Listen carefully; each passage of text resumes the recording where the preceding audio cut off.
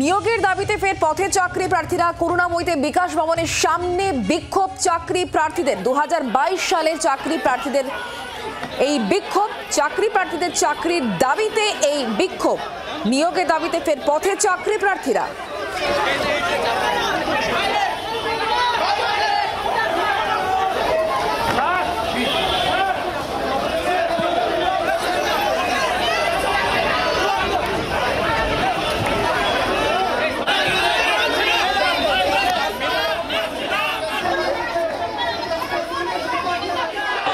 এই মুহূর্তে 2022 টেট পরীক্ষার্থী যারা প্রত্যেকে ইন্টারভিউ এখনো পর্যন্ত ডাক পাননি বলে তাদের অভিযোগ, তাদেরকে পুলিশ চ্যাংদোলা করে তুলছে প্রেজেন্ট ভ্যানে। তাদের দাবি 2022 থেকে 2024 2 বছর ধরে তারা ইন্টারভিউ দিয়ে প্যানেলভুক্ত হয়ে বেকার অবস্থায় পড়ে আছেন। এই অবস্থায় দাঁড়িয়ে তাদের অবিলম্বে হাতে হাতে নিয়োগপত্র দিতে হবে, এই দাবি তুলছেন এই সমস্ত চাকরি প্রার্থীরা। আমরা তাদের সঙ্গে কথা বলে জানার চেষ্টা করব কি তাদের দাবি।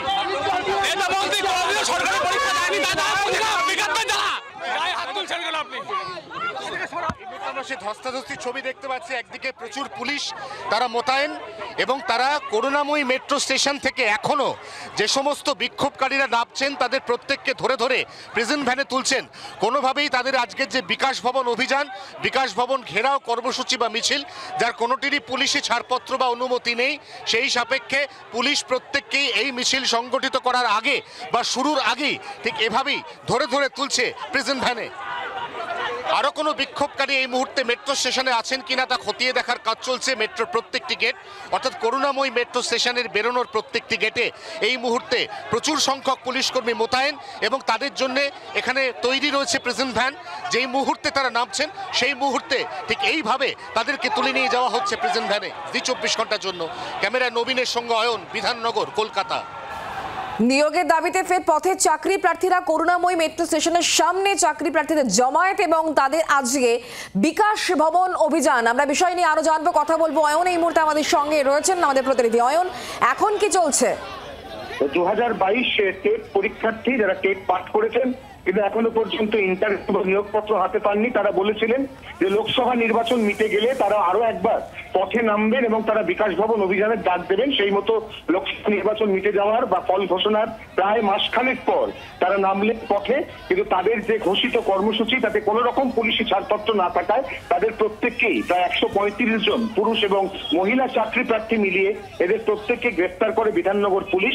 এই মুহূর্তে বিধাননগর করুণাময়ী মেট্রো স্টেশনের প্রত্যেকটি গেটে পর্যাপ্ত সংখ্যক পুলিশ কর্মী মোতায়েন থাকলেও সেইভাবে আর কোন বিক্ষোভকারীকে দেখা যাচ্ছে না।